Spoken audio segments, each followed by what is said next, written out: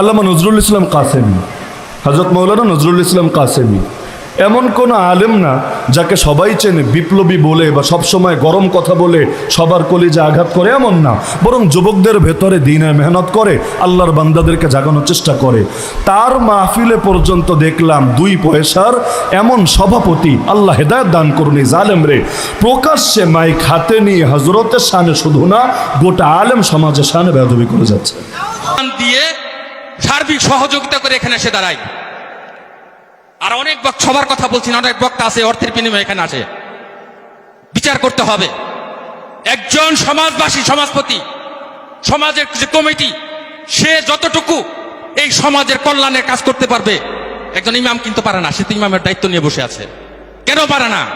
আমাদের সভাপতি সাহেব, আপনাদের সভাপতি সাহেব এটা একটু ত্রুটি করেন নাই।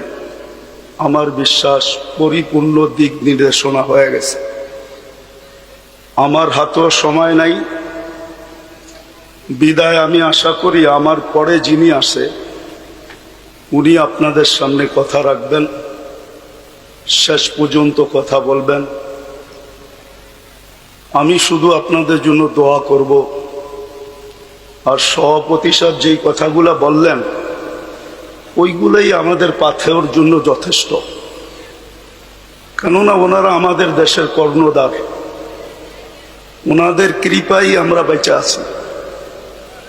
ওনাদের কৃপা যদি না থাকতো তাহলে হয়তো আমরা দেশে থাকতেও পারতাম না, বা দেশে থাকতামও না।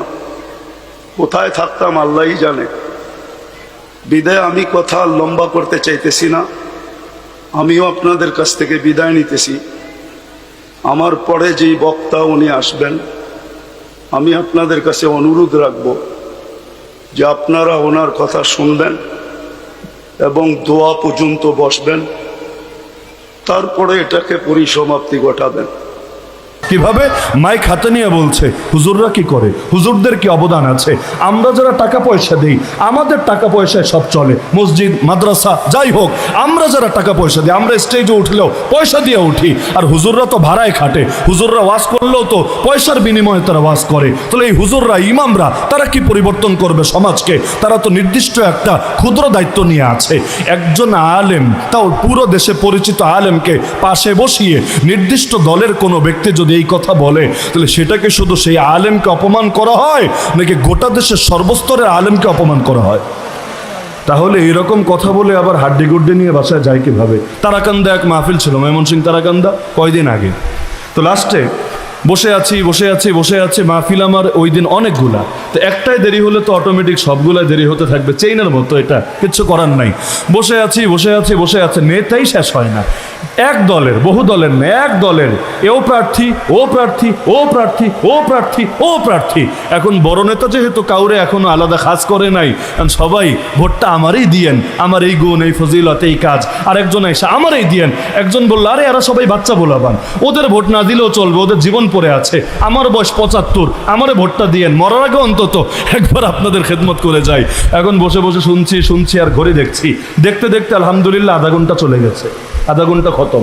মাহফিলের সভাপতি ছিলেন বড় এক আলেম, রাগ করে চলেই গেছেন। পাবলিকও এক পর্যায়ে শুরু করলো গালাগালি, সবাই দাঁড়ায় গেল। একদম নেতার বয়ানের মধ্যে এমন গালা শুরু করলো, কিছু মানুষ হাঁটা শুরু করলো। অবশেষে বুঝলো না আর চলবে না, হুজুরের এবার মাইক দিতে হবে।